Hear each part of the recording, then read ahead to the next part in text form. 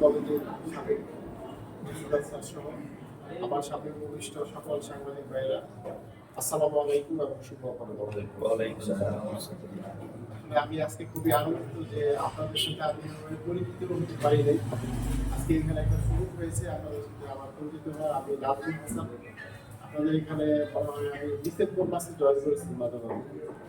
বিভিন্ন কারণে ব্যস্ততায় আপনাদের আমি আসলে দাওয়াত দিতে পারিনি। তো ফারুক ভাই আমাকে আমি আলাপ করেছিলাম, ফারুক ভাই আমাকে বললো যে আমাদের ওই সংস্কারের পরবর্তী নির্বাচনে ওইখানেই আপনি পরিচয় হয়ে দিলেন সুযোগ করে।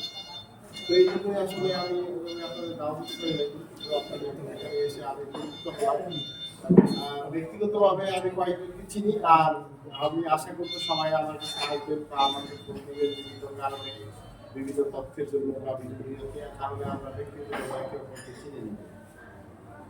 আর আজকের এই প্রেস ক্লাব একটা অবশ্যই গুরুত্বপূর্ণ একটা প্রতিষ্ঠার একটা সমাজের আপনারা সমাজের অসঙ্গতি এবং অন্যায়গুলো আপনারা কলমের মাধ্যমে সমাজে উঠে আপনাদের এই পত্রিকা আছে বা প্রিন্ট মিডিয়া ইলেকট্রনিক মিডিয়া আছে উঠায় ধরেন।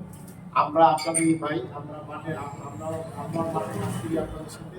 আমরা সেই অন্যায় অসঙ্গতি এবং অনাচারগুলো আমরা বিবৃতকরণে দূরীকরণে আমরা আইনগত ব্যবস্থা নিই এবং ইনশাল্লাহ আপনাদের সহযোগিতায় আমি এই আইনকে একটি মাদক মুক্ত, সন্ত্রাস মুক্ত এবং ভীতিমুক্ত একটা সমাজ গঠনে আপনারা আমাকে সহযোগিতা করবেন।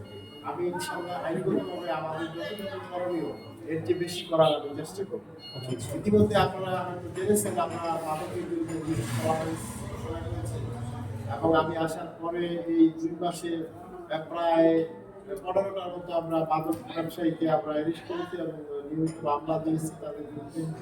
এখন আমরা একটু সমস্যা হলো যে মাদকের এরকম ছড়া পড়েছে যে এমন কোনো মানে গ্রাম নাই, এরকম কোনো মহল্লা বা পাড়া নাই বা কোনো ঘর নাই যে মাদকের ছোঁয়া না লাগছে। তো এইটা আসলে আমাদের একার পক্ষে সম্ভব না।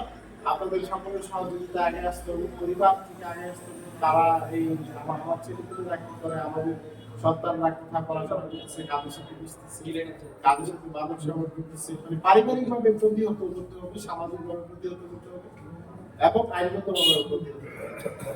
এবং অন্যান্য এখানে খুব একটা ছোট্ট একটা জনপদ, 2টা আরেকটা ইউনিয়ন বলা যায়, একটি বা বাকিগুলো তো নদীর উপরে আলাদা চলে, ওরা ওদের মতো চলে।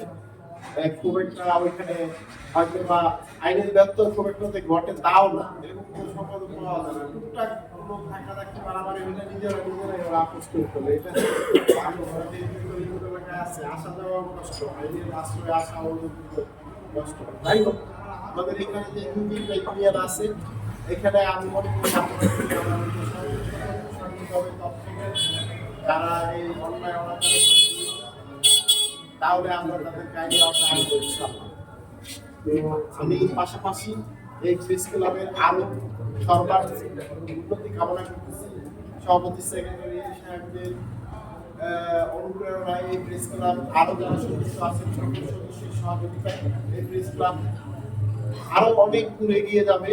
এখানে আরো উচ্চ ভবন হবে এবং সবচেয়ে বড় কথা হাইজবাসী এবং চাঁদপুর জেলার সকল স্তরের লোকজন আপনাদের কাছে কলমি সেবা এটা পাবে, এই প্রত্যাশায় আমি আসসালামু আলাইকুম।